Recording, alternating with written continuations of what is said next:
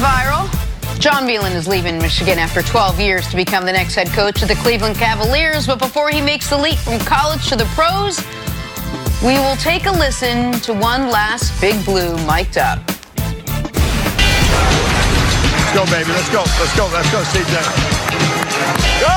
Run! Run! Push it! So strong. Left hand's going to get blocked. Right baseline. You can use the other side of the rim, too. Oh! You guys got to make these shots, baby. We're getting them wide open. Go! Let's go! Let's go! Go, Charles! Come on. Just go dunk both of them. Touch! Touch! Mo! Other side, Mo! I can't get them more open than those two shots.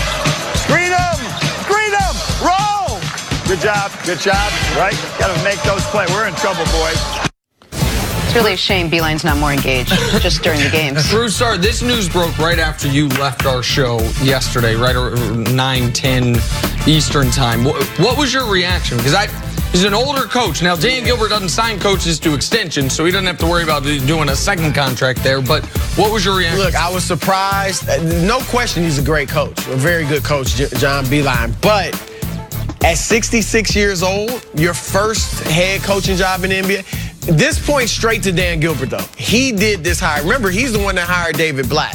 So this was a Dan Gilbert hire because he's a Michigan guy. He loves the state of Michigan. So.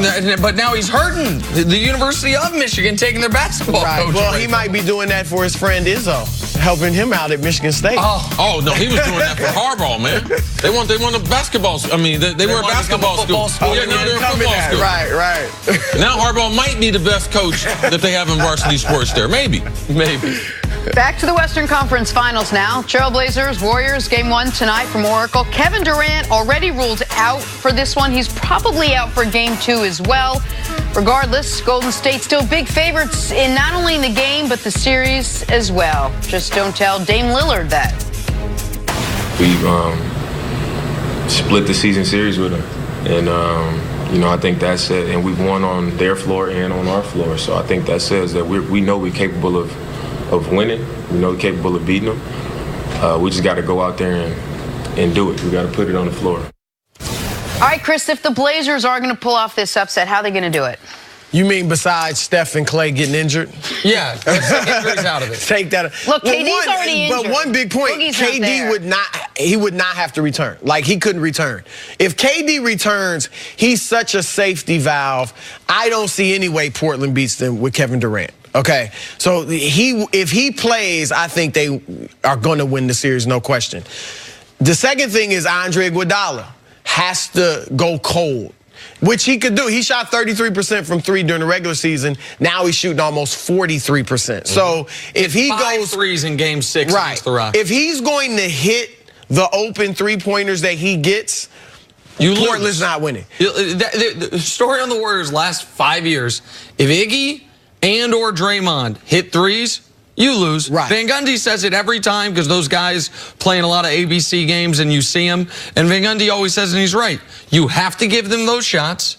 You have to hope they miss because you have to stay attached to Steph, stay attached to Clay, and that's, again, without Durant. Right. And you just got to hope they miss. Like, if those guys hit shots, you lose. So, yes, I agree. That's a part of it. Iggy can't hit shots. Right, and Draymond can't be, he hasn't shot well from 3, but he can't be as effective offensively. He's been effective offensively in the postseason. So he and Iguodala have to fall off, and then Lillard's got to get hot. He's had his moments, obviously. We have to see OKC Lillard instead of the Lillard we just saw against Denver, which was very good, but OKC, he was spectacular. I think we all would agree they can't play from behind. Whoever's going to beat the Warriors, you need to get a lead on the Warriors. You can't try to play even with them having home court advantage, so you have to be able to try to get a lead. Steve Kerr in 18 opening series games, he's 17-1. So let's just say they got to win game number 2. They can't go back to Portland with being down 0-2. They got to shoot the basketball from an incredible rate, and they also have to slow down the pace of the game. They can't try to outshoot like Houston did with Golden State. They got to be able to play some defense and rebound the basketball. And Enes Kanter what type of impact does he have on the game? Is he a liability defensive-wise? Because I believe him and Draymond will get into a couple spats as we go through this series. But is he a liability on the defense? Do they take advantage of his lack of ability to be able to be a good defender? I believe Golden State has too much firepower. I believe they're going to play at least 10 players. And I believe it's going to be a problem for Damian Lillard and CJ with not getting a whole bunch of offensive help from the rest of that roster. Here's one thing Portland has going for it as far as your analysis goes. Playing slow is what's natural to them. Right. They're around 20th in the league, I think 18th in the league in pace. So it's one thing to be like, we want to slow it down against the Warriors, but if you're a team that typically plays fast, that takes you out of what you naturally want to do. Yeah, that hurt the Rockets because they had a few times, didn't they have a 7-point lead? They had a 7-point lead. PJ Tucker? Man, he pulled it out. Oh my God. PJ Tucker turned a 3-on-1 break, 7-point lead, fourth quarter. He pulled it out. He tried to calm everyone down. Instead of him taking an open three, he gives it Gerald Green. Gerald Green does Gerald Green stuff. They end up going down, hitting three the other way. Game changes. But so Portland has that. I agree with you 100% on this. They have to steal one of these first two. We know KD's not going to play the first two. I don't think KD's going to play the first four. They play every other day now. And if he is not even on doing any basketball activities as of now, we think he's going to, they play Tuesday, Thursday, Saturday, Monday. When is the logical time? How much time once he's cleared for basketball activities does it take for him to play in an NBA playoff game? 2 days, 3 days? So I think you can almost cross KD out for at least the first 4 games of the series. So I do think there's a window for Portland. But this is where it's so tough when you don't have the home court.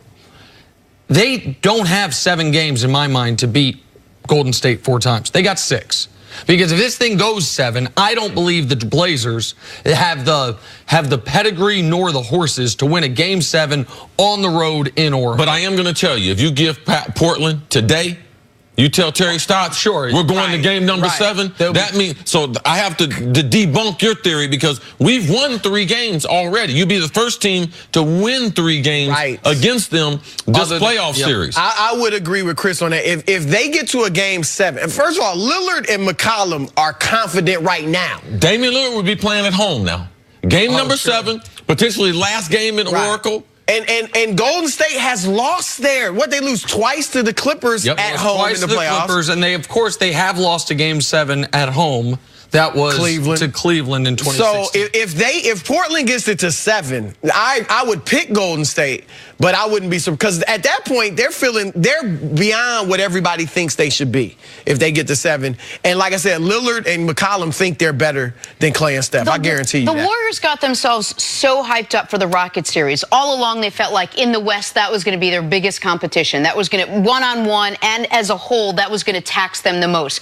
Now they got rid of the Rockets and their next opponent is either Denver or Portland. Don't you feel for them now that it's Portland? There's a little bit of a okay, we could take a breather now. So now let's really focus on the Bucks. We'll get through Portland, but we'll focus on the Bucks just because they don't look at Portland the same way they looked at the Rockets. Can that be the letdown for them? Conventional wisdom would tell you that, but when you play for Portland 4 times a year, when you see Damian Lillard and you see CJ and you have the type of respect, and this is a different Warriors team. We've lost 2 starters in this playoff. Won the round 1, lost KD in game number 5, 14 minutes to go in the game. So all that bench is starting to play. They only played 1 game.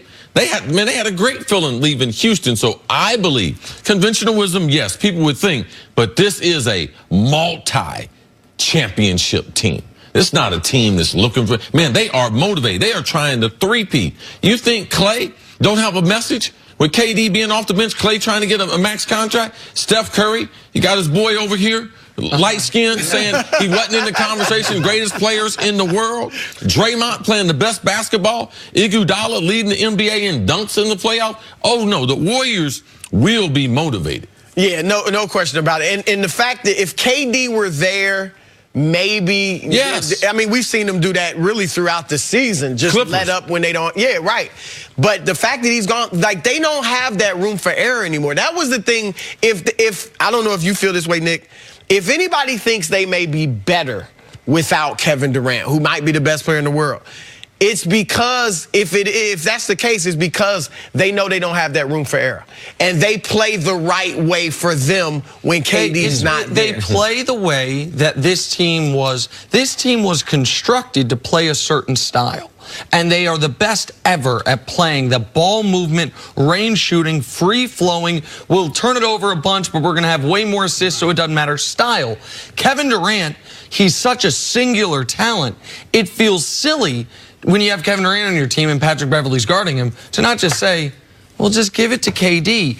And that might be the best way to score in that individual possession, but it takes them out of their style. That's why they're 30-4 since KD got there when he doesn't play, but Steph does. The one other, go ahead, Chris. No, I think the most underrated thing about the Warriors style before we can move on is when they pass the ball like that, you have to defend them. And it takes its toll on you on the other end of the court. And no one ever looks at that. That's why they're more effective as a team, making you move around the court. Watch for tonight if Steph can stay out of foul trouble. He's had trouble all postseason. Hands bothering him. The foul trouble against Dame and CJ could kill him. All right, take a break. Coming up, how can Zion's destination shape the NBA landscape? That's next on First Things First.